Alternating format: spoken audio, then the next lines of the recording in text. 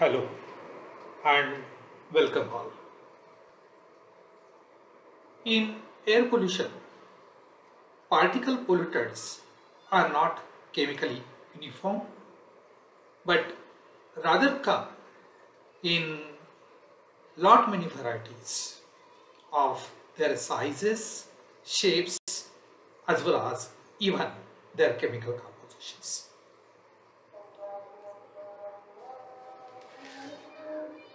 There are multiple environmental sources of airborne particles driven by natural as well as artificial processes. Natural sources include dust storms, volcanic eruptions, forest fires, and similar. Whereas man-made sources include all kind of industries dealing with metallurgical as well as combustion processes involving wood, paper, coal and other similar fossil fuels. There can also be automobiles, buses, power plants as well as certain waste disposition and treatment facilities as far as urban areas are concerned. Even we discussed in our earlier presentations that whenever the particle is emitted into the atmosphere, it may be having certain spherical size or it may be irregular in shape. Traditionally, we use the spherical diameter in order to express the property of the spherical particle. But as the air pollutant particle is irregular in shape, it is highly difficult to use this particular single parameter as spherical diameter to express that spherical shape. Hence, it was discussed that in order to express the diameter of these particular say non-spherical particles, we take reference of diameter of sphere of equal value. Now, in addition to this particular approach, we'll go through some additional approaches. Here, in this particular presentation, here you can see that the particle could be spherical in nature. It could be having rod-like mass, as well as here as you look through this A through F in addition to G, H, I, there could be lot many particle configurations as far as their shapes are concerned.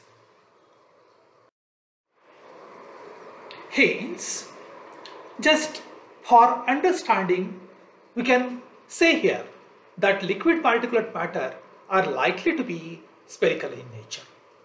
Whereas, in order to express the non-spherical particles, as we saw on the previous slide, we can make use of some relationships that can be expressed as aerodynamic diameter, equivalent diameter, sedimentation diameter, cut diameter and dynamic shape factor.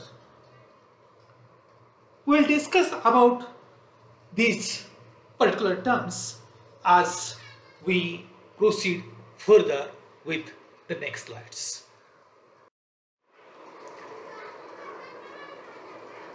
To understand, here the particulate under consideration has got irregular size.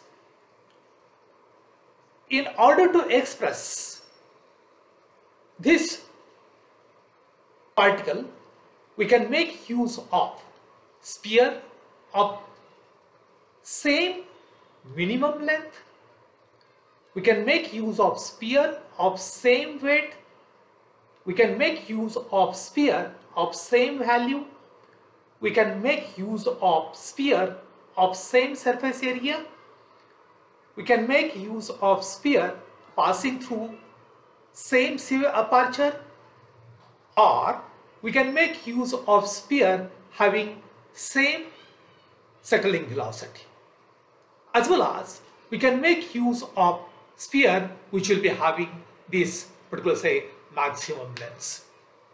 But some of these particular approaches we are discussing in this particular presentation. Aerodynamic diameter is one of the important aspects as far as air pollution particulates are concerned.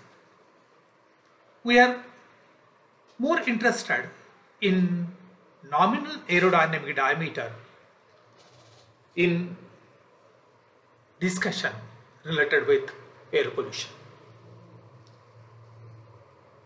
Here, what you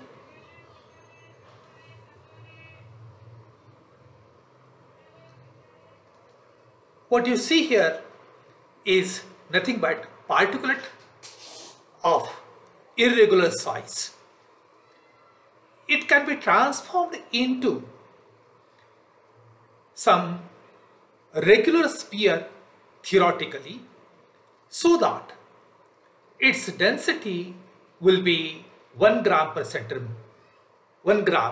centimeter cube, whereas its settling velocity will be same as that of particulate under consideration. So as we see these two conditions, we can say that the particulate is considered to be having aerodynamic diameter.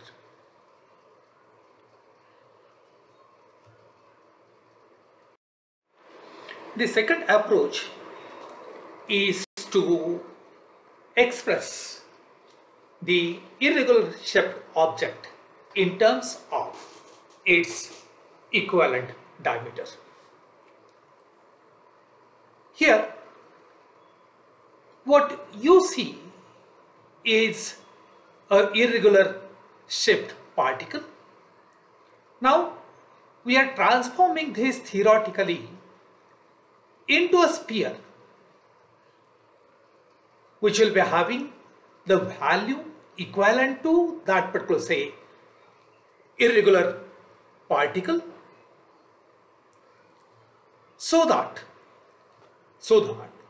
here the diameter of that particular sphere would be expressed as 6v divided by pi bracket raised to 1/3. Here v is nothing but value of that particle. Next approach is sedimentation diameter. It is also called as Stokes diameter. Here, what you see is irregular size particle. It is transformed into a regular sphere theoretically, so that the settling velocity of transformed particle into the spheroid would be same as that of particle in question.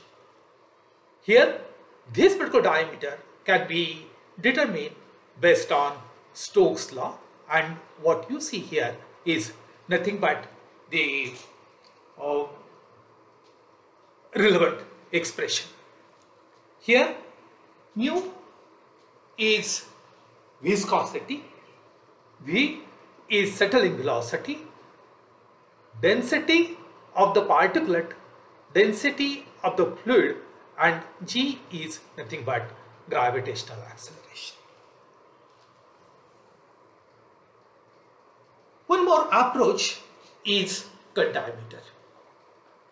This approach is very much important as far as design of control equipments are concerned. Size efficiency curves for control equipment are mostly curvilinear. Although there are certain sizes which can be collected with 100% efficiency, this size is approached asymptotically and may be quite large. For this reason, the reference particle is usually taken as the particle that will be removed with 50% efficiency. Such diameter is expressed as cut diameter. One more important consideration is dynamic shape factor. As we consider the irregular particle, the irregularity will obviously be affecting the drag force involved as well as the settling velocity of that particular particulate. While designing various control equipment, we have to take into account such terminology.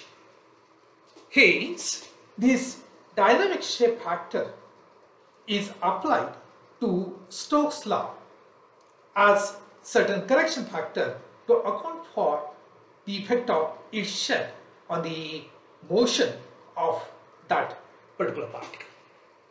Here it is expressed as ratio of d by ds, that is the equivalent diameter to Stokes diameter squared.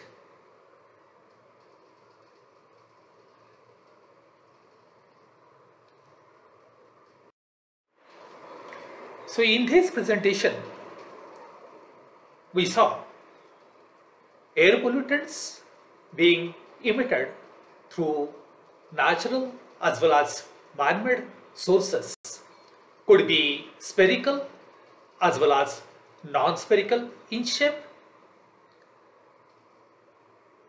Spherical particles are usually expressed in terms of their diameter, whereas in order to express irregular particles, we have to make use of some relationships such as aerodynamic diameter, equivalent diameter, sedimentation diameter, cut diameter, and dynamic shape factor.